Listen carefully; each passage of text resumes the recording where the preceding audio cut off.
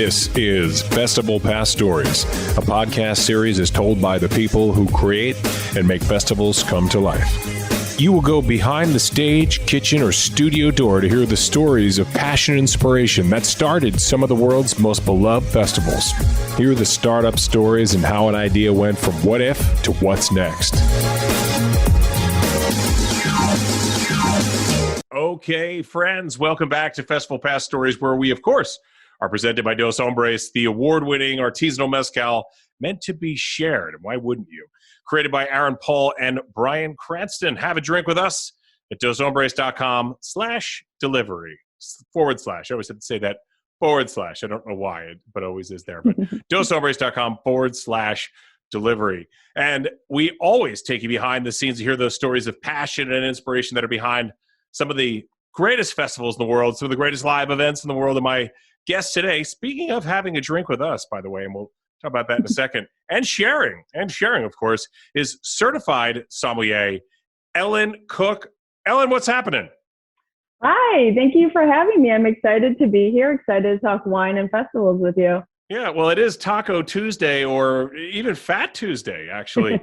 And we're talking about cocktails, and you saw the Dos Hombres logo, and you're a big mezcal fan. And I understand you have a very special way of making your margarita, and it must include one very important ingredient. So we're talking cocktails. Tell me more about that. Yeah, so I always think you got to put an ounce of mezcal in there. That little bit of smokiness mixed with that little bit of sweetness of tequila makes it just that perfect blend that gives you that nice flavor. I personally put a lot of jalapenos in there too, so you're getting spiky, smoky, a little sweetness, and tart. Perfect combination. Smoke, sweetness, tart, and then that nice bit of spice there from the not only from the mezcal but from the jalapeno as well. So I'm going to take your advice, and I'm going to make one for myself later on this afternoon, of course, with Dos Hombres. Okay, enough pandering for our sponsor, but they are fantastic. We are talking about cocktails and wine. Ellyn knows all about both sections of the spirit business, but of course, Ernest Hemingway said, he didn't say this to me, but he said famously, "My only regret is that I did not drink more wine." And I know that's a favorite of yours. So cheers to you. And you've built a career on raising a glass and a toast. But I want to start with, on the wine, there's just something that always bothers me. The word enophile. It's tough to pronounce. It's spelled as an O in the front of it. It just doesn't roll off the tongue well. It almost sounds like you committed a crime, that you are this person. And it just doesn't even make me think of wine. But where did that come from? Because you are one as a wine enthusiast and beyond with actual training. But do insiders even use that term for each other? I would say we really don't. I hear it in passing, and, I think that there becomes this seriousness around wine and this culture. And I think that there's this new era of people wanting to make it so much more like community and enjoyable. And I think we're getting away from a little more of the stuffy and, labeling the words. I know I use the word some quite a bit. That's like a doctor. You're not like, you, as a doctor, you're not like, well, I don't like to use the word doctor. It's like, that's what you are. It's what you went to school for. It's what you trained for. Yeah, absolutely. But I think we've gotten away from a lot of those kind of words. And even now, not working in the restaurant as much, even using the word sometimes I end up just picking other words, like sometimes professional drinker for myself to relate to people. It's more with the restaurant industry these days. It's more like Som Blues. To quote Neil Diamond, I believe that is the accurate name of the song. But hey, folks, in Chicago and New York, Ellyn's in Chicago, I'm in New York. Support your local restaurants. Buy a gift certificate. Donate it to a charity. They could use the cash now. Can't rely on the government for stimulus. Like, if you love these places and you want to go back to them, go now. Get takeout. Order directly from the restaurant, not through those apps. Order directly from the restaurant, and of course, go support them. And I think that's the best way. Buy a gift card, use it in 2022. And if the place doesn't survive because of reasons outside their control, well, you write that off and you say, look, I don't think the IRS is coming after you for a $500 gift card that you're saying, well, it turned out to be a donation. I think you're fine with that. But anyway, we're not here to talk taxes. We're to talk about the great world of cocktails. we're on the edge of St. Patrick's Day. That's a whole other brand of cocktails. But let's just stick in the lane of wine. Now, we all have a love of wine. We know Mr. Hemingway, of course, did. But for some of us, it's a calling, and it definitely was for you. So take us back to those early days in California, to your first job or your first foray into the business. Yeah, absolutely. So I actually moved out there when I was 18, and I couldn't actually serve alcohol in bars. But in California, you can't serve alcohol if you're 18? Correct, but I had done it in Iowa, so I actually said I would be 21 soon, even though that was a little bit of a stretch. Hey, and got a job. We are recording, but don't worry about that. No one's the IRS isn't coming after you for a gift card, and no one's coming after you for your past indiscretions by fudging your age a little because you knew you were passionate about the industry. That's what we want to hear. Yeah, and they worked with me. They just wouldn't let me carry the alcohol to the table, so they knew it was coming. So I started my love of wine pretty young, working in wine bars. And I mean, it's California. Yeah. You're surrounded by amazing winemakers, and you're meeting people. And I honestly love the community. I felt right at home. It's such an awesome environment. You get to share a drink with people at the end of the day. It's not as much business, but it's fun. So I just fell in love with the atmosphere, and that's kind of what propelled me to move forward in it. Was this Northern California? We talked about wine country. Were you in the Sonoma Napa area? So I was actually in LA, but the company, the wine bar I was working for, was under Bacchus Management, which was out of Northern California. Okay. So it was kind of nice to, I started with them, but spent a lot of time going up north where they originated at. And did you ever go to wine festivals out there? I mean, California's got a ton of festivals, obviously very famous music festivals, and we are Festival Pass Stories, so we're always interested in everyone's festival experience. I guess Napa and Sonoma are a year-round wine festival, and Santa Barbara too, right? I mean, it's not just Napa and Sonoma, but those are, it's essentially you could go there and have your own festival, hop around from place to place. But did you ever attend any of the big food and wine festivals out there? I think that, so with my experiences with festivals, is I always loved kind of the smaller ones in your neighborhoods and off the beaten path, and where you're going, and we can kind of tap into that. So I ended up spending a lot of time doing more like, I would go and do tasting counters and pour taste for people and relate. I mean, I would also take my cup around the festival too and get a little bit. When you were 21, of course. Yes. Exactly. Not when you were 18. Yeah. By that point, I was very much 21. It was only a little window. But so I ended up just doing a lot within the places I worked, and even more so once I came to Chicago. I worked a lot with, I don't know how familiar you are, but they do kind of the annual wine gala here, which is what they call wine prom, which I've always had a fun time at the Ritz-Carlton. And actually, since moving to Chicago, I've helped host quite a few wine events. So I would definitely think it took off more once I got to Chicago. It's such a foodie and wine city.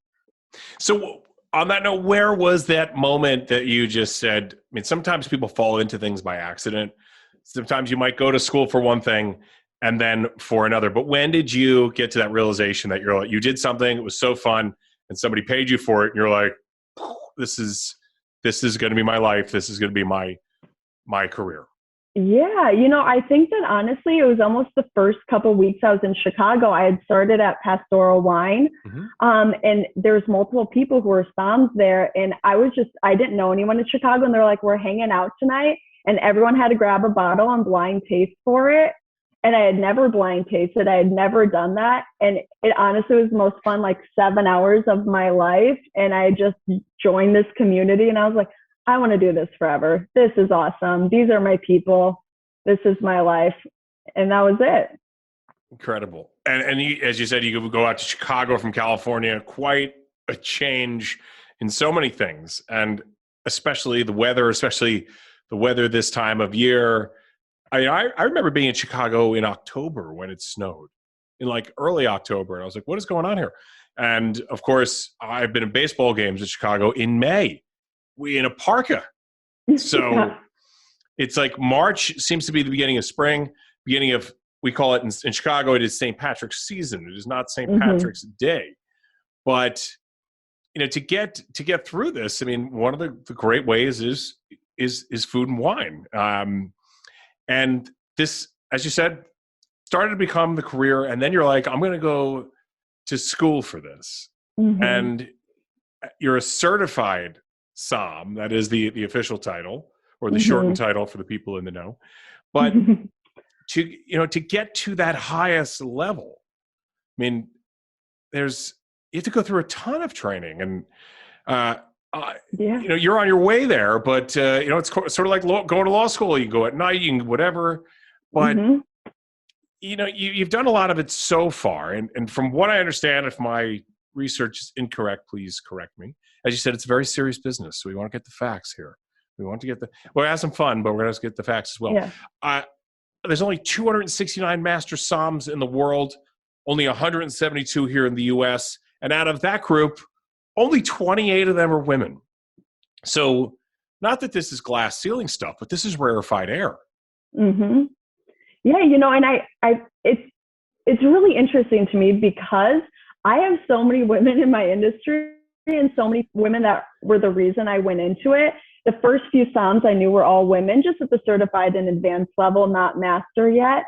And so when I walked into it, I was like, oh, look at us women, we're doing it. And then as you look farther up, it dissipated and turned into a more male-dominated industry. But I see it changing. It's definitely changing. Women are getting really involved. I think people think of wine in such an old school mentality. You look at the old world of wine, and they've had the same laws for hundreds of years. But then you look at California and what they've done in 50 years since breaking onto the scene. I just think it's going to change tremendously, so much quicker than it has in the past. And women are coming up. We're doing it. Yeah, there is, at least for me, there's something very trustworthy about taking wine advice from women. I don't know what it is. It just, for me, I'm like, well, what do you have in this price range? And in New York City, there's a lot of female Somms, and it's just I don't know what it is, but I end up spending more money because I'm like, I think I'm going to take your recommendation, and can you have a little flavor with us? If it's something a little bit more expensive, is that something you really should do? Like to actually offer the Somm a taste of something? If it's not, you're not just having like a bottle of Cab from XYZ vineyard in California. They've picked out something where they're like, ooh, for that dish, I've done this myself. I've had this. I'm telling you that you need to have this and this for your appetizer. They almost order for you with your food. You're like, okay, everything she said, we're going to do. Yep. So is that a courtesy to give them a taste, or is that just, it's almost like you're putting them on the spot, like they have to drink with you? I think it's always a kind gesture too. I think the time that's a very interesting time to extend that is when people bring in their own really interesting and unique bottles. So when you're at a place and sometimes you'll see someone bring in, a 1989 Bordeaux, and you're like, wow, that's amazing. And, and you open it for them and everything, and then sharing that because they brought it in and they know you have a shared love and experience is a really awesome gesture. Like, I love when people bring from their own collection and then want you to share in it. A lot of the wines at the restaurant you've tasted, you know why they go together. But getting something from someone's cellar that they've found or unique or has been aged and properly cared for, that's a cool move. Yeah. I love that. And we were talking about taking care of your favorite restaurants. And one of those things about being a regular is every once in a while you'll have the waiter or the bartender come up to you and say, hey, great to see you guys again. Look, we just had a table leave and they ordered a Jeroboam of whatever, and they gave it to us to finish. We want to share a little with you. So it comes back. And you show that courtesy and you show that love, and people know that you're not just walking in. You're like, give me the steak and give me the red wine. I don't give a crap. Just, when you really, when you're in love as a customer, as much as the people that are doing this to put food on their own tables for a living, there's definitely that mutual respect society. Absolutely. And I mean, honestly, that was my favorite part about being in restaurants, going in, knowing people, trying things off the beaten path, having the chef whip something up for you, trying something that the staff opened behind the scenes. Oh man, it's an awesome community. So cool. And back to those levels of training, you did level 1. I hope I'm saying that right, the level 1. And then you went on to level 2. Is there still a goal to breathe that rarefied air of Master Somm one day, or is this something that you're like, look, I'm happy where I am. I've made a great living and career out of this, but this is not going to take over my life. So I don't know if you're familiar with what WSET is. It's kind of similar to the Court of Master Somms. WSET? Yeah. So it's wine and spirits education, and they do it, but it's way more geared towards like the actual winemaking process and more distribution. So I actually am going to pursue my level 3 through them. And then who knows, circle back around, but they're kind of two different schools of thought, where Somm is very restaurant driven and WSET is a little more like educational, distribution, producer, vineyard driven. Okay. So I'm definitely going to keep going. You can never know enough about wine. Well, when you said WSET, I thought you were talking about early 2000s, the W hotels that were popping up in every city, and people would just be like traveling around. You knew you could go to, I'm a little bit older than you, but you knew you could fly into any city that had a W and just book a room there. And you didn't even have to know what the nightlife was in that city, because you could just stay there. The party was coming to you. I mean, all of those places that were curated to be, those kind of great experiences. So I feel like I was part of the WSET for a while. Yeah, there you go. A whole different WSET. I wonder what will be the hotel experience when we all go back to, I have stayed in since the pandemic started. I've done as little travel as necessary, but I've stayed in a few hotels, and they're empty for one, no matter what city you go to. And it's just, you don't have that. Of course, the bars are closed. So you're like, I guess it's what are we service. doing? Yeah. Well, I have a feeling that when this ends, we're all going to be like children. I'm going to be just like hugging random people. I'm going to be the person saddled up at every bar looking to communicate, have conversations, talk to anyone who wants to talk to me. So I think there'll be a resurgence, and we'll be back to the early 2000s.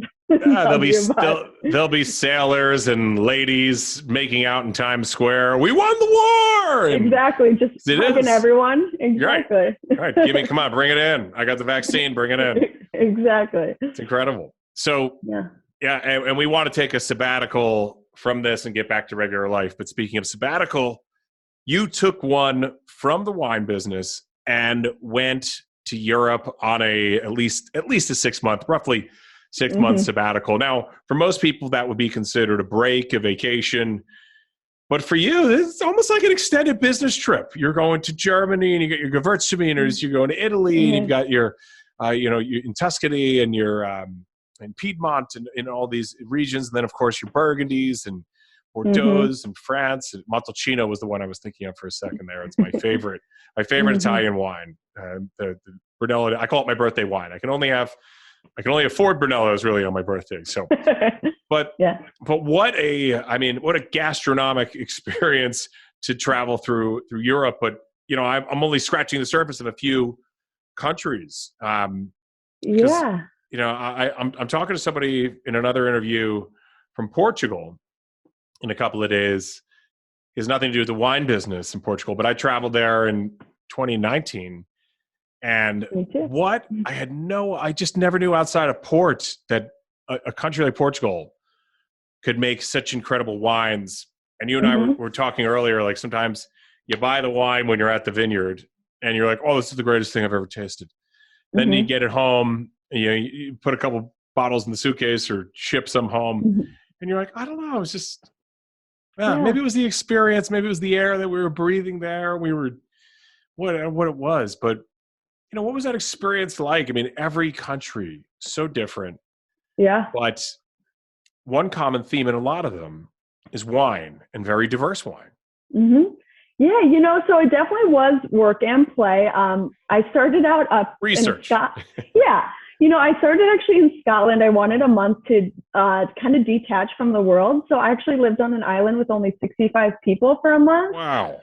Stayed with this family and helped work on worked the cafe, the only cafe on the island. But my cell phone didn't work. I wanted a month of just purely living a different life. And it was awesome. I love those people for the rest of my life. But then I went to France and I worked on a vineyard in Bordeaux. Actually just got the shipment from my 2019 vintage that I know I helped touch, and go ahead, and I green pruned with them in the hottest summer in France's history almost. It was 120 degrees every day, and you're out there, and it's an organic vineyard. So nothing, the grass is up to your knees. You're walking out there every day. But it was one of the coolest experiences of my life. I slept in the cellar. There was bedrooms off the cellar. You could just get wine right from the barrel anytime you wanted. And it honestly felt like even a sense of summer camp. I was with maybe like 12 other people from different countries. And it was so cool to see it hands-on. We were labeling, we were getting shipments out. We were just doing anything that needed to be done on this organic farm in Bordeaux. It was amazing. I'm picturing this bucolic image of you on a bicycle with a basket in the front and a baguette, bottle of wine that you just created yourself, cheese, block of cheese, and a knife. Lots of cheese. And just having a day. Oh, it was beautiful. There was this lake down the street, and we would all pile into like the farm truck and go down to the lake every afternoon just to cool off. It was honestly the most like idyllic French countryside experience that you are picturing. Incredible. And you said that you were part of making this wine, and you called it a vintage, and you said it was very hot, maybe the hottest summer perhaps on record. Global warming aside, that's for another podcast. That's not for here. Yeah. But the hot weather can create a very special grape and a very special wine. Are you able to drink it yet? So I did drink one, but I'm letting the rest age. I wanted to just see. It was the excitement, and unfortunate they did a smaller batch too out of there that's just Cab Franc, and my name's on the back of the label, which I'm really been trying to hunt down how I can get it here. But yeah, so it was a hotter year. So the tannins up there, the fruit is very ripe. It's mostly Merlot because we were on the right bank, just outside of Saint-Emilion. And it was amazing. So I'm going to let some of it age. I'm trying to get the bottles with my name on it, just even to keep in my cellar for the rest of time. But it was awesome. So to clear it up for our friends that are staring at, rows of Bordeaux's, when you see Saint-Emilion, that's right bank. Correct. Yes. Okay. And those wines are more Merlot based, or is that left bank is Merlot based? So right bank is Merlot based, and where I was at also had Cab Franc. So you're going to see mostly Cab Franc and Merlot, and then on the left bank, because it's gravel, you're going to see more Cabernet. So more Cabernet on the left, more Merlot on the right. Mm-hmm. Yeah. And it still bothers me that what that movie Sideways did for the Merlot business, because it is fantastic wine. And they were in California, and some of the best Merlots are out of California. And I'm in New York, and out on the North Fork, and even in Sagaponack on the Hamptons, they make some nice Merlot. It's one of the grapes that's grown out there, that's planted out there. I'm so mad. No, and what's so funny is I'll meet people all the time who are like, oh, Merlot, it sucks. But then they're like, God, I love Bordeaux. And I'm like, well, joke's on you. That's probably mostly Merlot. I'm like, people say this thinking that like it's what they are imagining, this like really overripe, like way too oaked, like Merlot. But yet the finest wines in the world are out of France, and mostly Bordeaux and Burgundy. And it's like, well, Merlot is one of the most prestigious grapes in the world. Yeah, certified. Yeah, you're a certified somm and certified wine police. Exactly. Okay. Going around insisting people drink a glass of Merlot. Yeah. Drop the Bordeaux. Drop the Bordeaux. You have not earned it. No respect for that. Exactly. So I'm always a big advocate of Merlot. Just even piss people off sometimes. I'll order Merlot. I really appreciate the passion that went into that. This is what people need to understand. So folks, you've been schooled by someone who went to school to learn it all. So Dream Sabbatical is over, and you come back, and you come right back to Chicago, and you're back to the live events, wine tastings. This is your bread and butter. But you started doing more larger form events, the large wine tastings, and you were doing sporting events and political events. That sounds like Chicago right there. Sporting and political events, bring them all together. But you're working for a firm. You came right back and you jumped right back into it. And what was that experience like? And, were you able to take the baguette out and the cheese and just sit on Navy Pier and make yourself, if people are seeing you, if you start drinking wine during the day in Chicago, not the same. It's not going to fly. No longer 2 glasses with lunch every day. So I was actually approached while I was still on my sabbatical, and I decided it was going to be a full Band-Aid, that I was going to start 5 days after I got back and let the jet lag wear off and not to think too hard about it. It was actually day 3. I think we had like an 800-person event that I just jumped right back into. But honestly, I love being busy. I love meeting people. I was here for it. It was a new adventure. It was just another one. Was there something around one of the All-Star weekends or All-Star? Yeah. So was that the NBA All-Star or was that okay. Yeah, so that was exactly a year ago almost. We did NBA All-Star Week, so the Pier hosted it. They hosted some of the games. They did some of them at Festival Hall. And we actually had ESPN in there every day doing all of the player interviews out of it, our venue, That's out fun. of offshore. Yeah, so I got to see a lot of players. They're easy to spot. They're head and shoulders above everyone else. Not a big sports fan myself, so I didn't know their names immediately when I saw them. And then we, kind of rolled into the weekend of events. We had Dwayne Wade's party. We had Common's party. Chance the Rapper was one of the co-hosts. So, I wasn't invited to any of them. Yeah. Go on. Yeah, well, you don't feel bad. We hold ourselves up in the office halfway through and actually drink just some champagne instead. So at some point, you're in the event. It's amazing and it's great. But that moment behind the scenes, enjoying a glass at the end of a 16-hour day I'll miss that. I miss that right now. Yeah, I know that feeling. I come from the live events world and the major fundraisers, black ties, these gigantic events, and my main job is an auctioneer. And I was talking about people falling into careers by accident. I did that. I fell into careers by accident, and I hosted an auction one night when somebody didn't show up. So I had 2 vodka sodas in me. A very simple cocktail to make, folks. It's part vodka, part soda. Anyway, that's not the point. We can talk about the cocktail world all day here. But anyway, it was just something that I started to do, and I realized I love doing it. I love the feeling, and people started paying me for it. And I can't wait to get back to them. Now we're doing these Zoom events, and I'm like, we just raised $100,000. Congratulations, folks. Thank you so much, and we'll see you next time. And I'm like, boop. And that's like, I'm in the room by myself. Yeah. And I'm just like, doesn't anybody want to have a drink? But just that decompression where I would, sometimes I'd be doing 2 events in a night. So I'm like, hey, guys, I'm dropping the mic. I'm like, thank you. Got a fundraise across town. See you. Dropping the mic and running. But when I could have those moments with the team, and I mean, leading up to one of these events, I'm working with the event planner, I'm working with the director of development at the foundation, and all of the people, the entertainment, whatever around it. And we would do that. We would almost have like a green room where it's like, Pat, we're going to go and, now that, it's like, all right, everybody enjoy the rest of the evening. The dance floor is open. And you'd see everybody from the team be like, it's like, green room now. And we would go there and crack a bottle of champagne or whatever, I should say probably a Dos Hombres.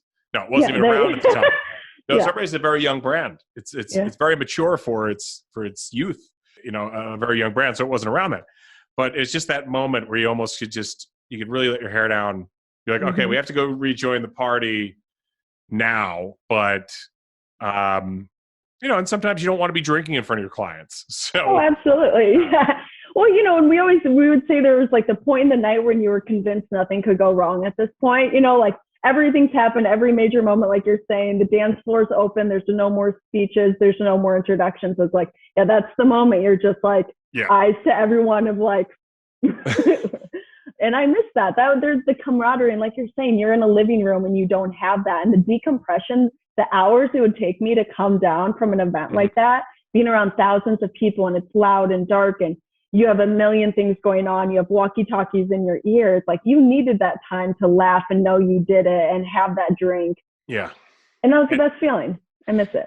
And there's a reason why there's just certain events only happen once a year, and certain festivals, of course, happen once a year. And people are like, man, I wish that music fest could be 5 times a year. It can't, because the planning that goes, the reason it was so great and seemed, flawless and seamless was because there was a massive team, and there's so many jobs on the line here in this industry behind the scenes, from security on up, the sound people, the lighting people, the stuff you just don't see. And then you start working in the business and you start to understand uplighting and, how important it is to, just different uses of a space.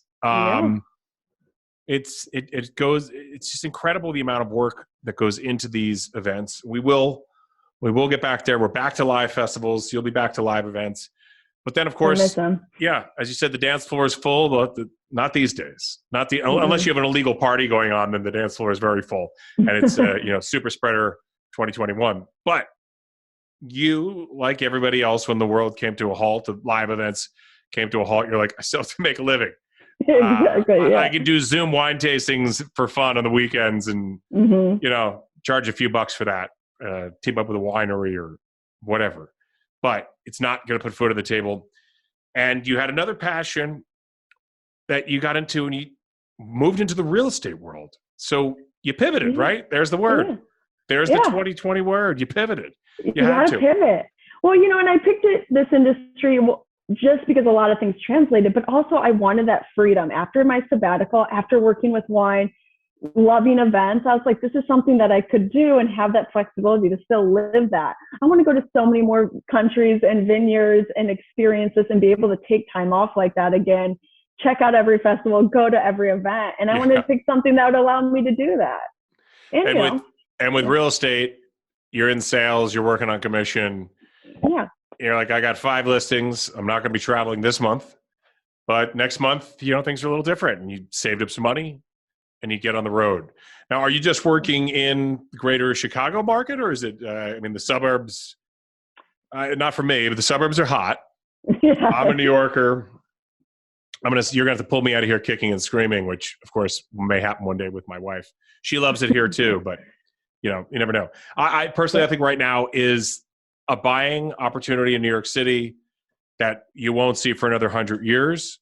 Mm-hmm.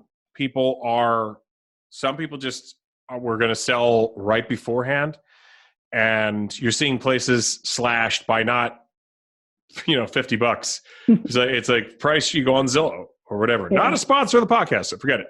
You go on a real estate website and you'll see $125,000 off the asking price, and it's only been on the market for like 6 weeks, and you're like, people want to move. If you've got a little cash, I think this is the time. Is this the sales pitch in Chicago right now as well? Yeah, interest rates are low. People are buying up. I'm just like you. I'm not going to leave the city. There's no mass exodus in my future. So I know people are doing it. So I've been in the city, but honestly, it's a good market for everyone. There's low inventory. People need to sell because buyers want to buy. So it's actually last year in Chicago, real estate was the exact same amount of sales from 2019. So it's an industry that hasn't been affected by pandemic because either people move to the suburbs for more space, or people are scooping up property because interest rates are low. Sure. And so you're saying it was basically flat, but in any other year that would not be great. Right. But in this year, fantastic. In 2020, it's like, good news. We made no progress. But we didn't lose anything. So we're counting it a win. So, I definitely think people are moving around a lot, and I'm with you. I'm staying in Chicago. I think with everything rolling out, vaccine, life changing, people are going to come back to the city, and it's going to be more alive than ever. Yeah. I know I have a couple of friends who raised their kids out in maybe Naperville. I'm just going to take a guess, but they raised their kids in the suburb, and now they've got grandkids, and they moved back into the city. I will not say their actual name to protect the innocent. And then also people will watch this and be like, oh, I'm going to go stay with them. And they're going to be like, thanks, Pat. Now we've got guests for everybody. But they invited me over to their place, and it's like just this stunning home with sweeping views of Lake Michigan. Yeah, I mean, God, I mean, Chicago's beautiful. I wouldn't want to live anywhere else for the time being. These places, you see these people call them empty nesters who, yeah, they leave the suburbs and come right back to the city once their kids leave the house. And, Yeah. you know, I get it. I get it. After years of suburban life, I would be right back here too. Just a bummer that nothing's open, but hopefully soon. Soon. The Soon. museums are open here now. Restaurants are, indoor dining is at 25%. Yep, that's about where we are. The Van Gogh exhibit just opened, and I think they sold out after a few days for the next 6 months. Yeah, would have been tough for Van Gogh to wear the mask with the one ear. Yeah. I'm sure that somebody did a meme on that, and I probably owe somebody a royalty for that joke. But I mean, with the one ear, oof, it was not the right time. Yeah. He lived between pandemics, I think. So yeah, or he had to do, what do they call them? The gators, you know, like just full. Yeah, that's true. Just right over, you know. He's like, I'm creative. Yeah. You know, the creative types, we'll figure this out. Yeah, just paint it on. Yeah. Just paint it on. No one will know. He had a beard. He could have just closed his mouth. And be like, look, I've got a face covering. It's hair. Orange, reddish hair. So you'll always have the real estate to fall back on, but will you go back when we can go back into it? Or will you, that calling to wine, will it call you back? Will you go back if offshore wants, they're like, look, we're back. The events are happening again. We need you. Will you go back to that 5-day, that hustle and bustle of the 5-day thing with less flexibility? Oh yeah. The thing is, I will always go back to wine. And I think that I would love to do something kind of in between, consult. I would love to work for more of a production company, a distribution company, helping them orchestrate their events. I would love to still conduct wine tastings and plan those. Like you said, one of those can take a full year to plan. I would love to put all my energy into just that one event and still be pursuing wine and making those connections, but doing it because I love those events and not, all the other stuff that's mixed in. So I do think that there's a hybrid situation in my life, and I don't think I'll ever get away from wine. Good. And technology. We won't be able to get away from technology. And we've all been changed by technology. I'm sure you've had to do some Zoom showings for real estate. You're like, look, it's an open house. You're pulling the computer around. You're like, look at this. Look at this. Look at this. Look at that open floor. We opened up the kitchen. Now it's a full open floor plan. It's beautiful. Oh, yeah. But your head just cut off in every video, But wine has, if you visit a vineyard now, those oak barrels are gorgeous, but you see the vats that the wine is being fermented in and so on. The process has gone through so much technology. Do you see the industry changing over the next 5-10 years for anything in tech or we talked about virtual wine tastings, but again, it's like anything else. It's the experience. We're always going to have to plant the crops. We're always going to have to plant the grapes. But do you see any big technological changes that could create even more jobs or more opportunity in the industry? Yeah, I do think that the world of virtual tasting, especially for corporate experience, will take off. And I also think that there'll be a lot of innovation within. I think that we were talking a little bit about climate change and we don't need to go down that road, but I think that there will be different ways. Like I think screw tops will be more prevalent. I think there's this idea that corks mean it's a finer wine, but truly screw tops work. And you're seeing this in New Zealand and Australia and producing really high-end wines. But I think they'll start to get processes that make it easier for them to do more about recycling, more about reusing the bottles, more about screw tops and not just getting these specialty trees that can make cork. So I think there will be some within even climate change that we'll start seeing a lot of innovation, especially as, Champagne used to be a kind of cooler wine region, and all of a sudden it's becoming warmer and people can make, champagne sparkling wine in Southern England now, and they're coming out with some beautiful wines. So I think there will be a lot of change within climate change kind of dictating how we have to advance our wine world. Yeah. If that makes sense. That's very interesting. And I can see that. I didn't realize that Southern England was becoming a hotbed or a cool bed perhaps for sparkling wine. Yeah, they've been coming up these past couple of years. So you're seeing beautiful sparkling wines out of New Mexico. Like, I think as we kind of are growing, our climate's changing and we're getting more eco-friendly, a lot of the technology will kind of veer towards that in the industry. Yeah. So environment, sustainability, the tech will roll along with both of them. And I mentioned Portugal earlier. Just interesting seeing those trees that are half naked because that is a process that has zero technology to it, farming, if you will, of the cork. It's just people going manually and stripping these trees. And I don't know the exact percentage, but I imagine majority of the world's cork comes from Portugal. It does, yeah. And actually I stayed at a vineyard in Portugal too, over in the Douro area. And you're starting to see so many changes that I do think that it will become more streamlined. I think that there's a lot that's been streamlined, but I think that what people love about fine vintages and fine wines is that there is still a human aspect to it. Champagne's expensive because people are hand turning a lot of them in these really nice, houses.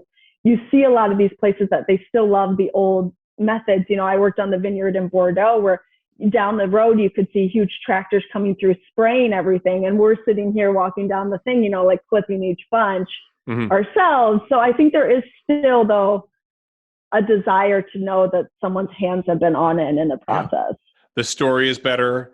It's about craftsmanship, and you see that in all sorts of luxury and fine wine and champagne. Definitely luxury items. I mean, you see it in automobiles like an Aston Martin. Not a sponsor of the podcast, but we are open to it.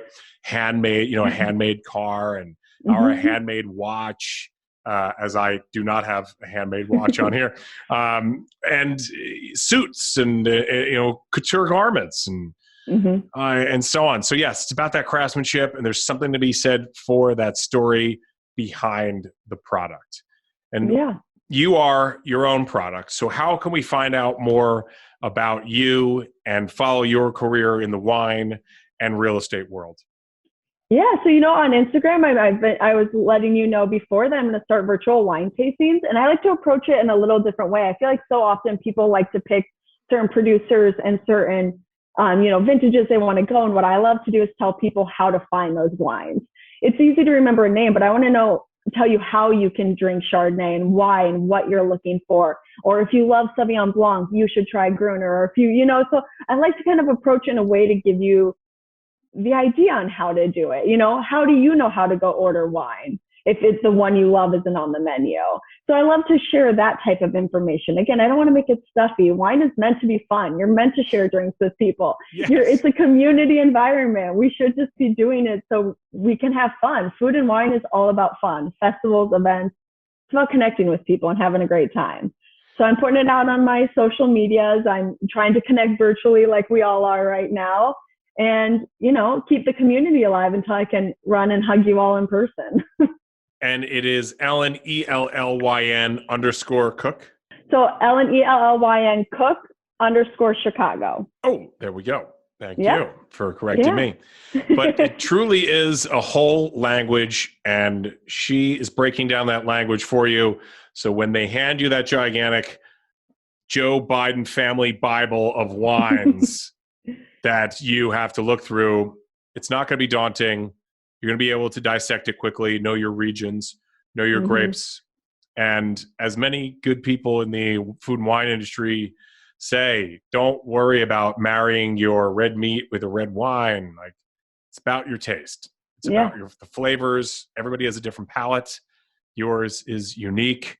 And so are those who listen to us and watch us on Festival Pass Stories. So Ellyn, thank you very much. And we'll pour another glass for you and share it, of course, just like we would with our friends at Dos Hombres, the artisanal mezcal meant to be shared. We'll do that with you next time on Festival Pass Stories. Ellyn, thanks a lot. Thank you for having me.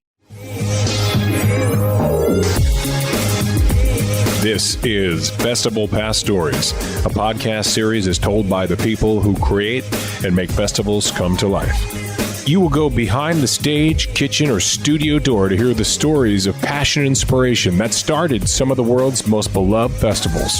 Hear the startup stories and how an idea went from what if to what's next.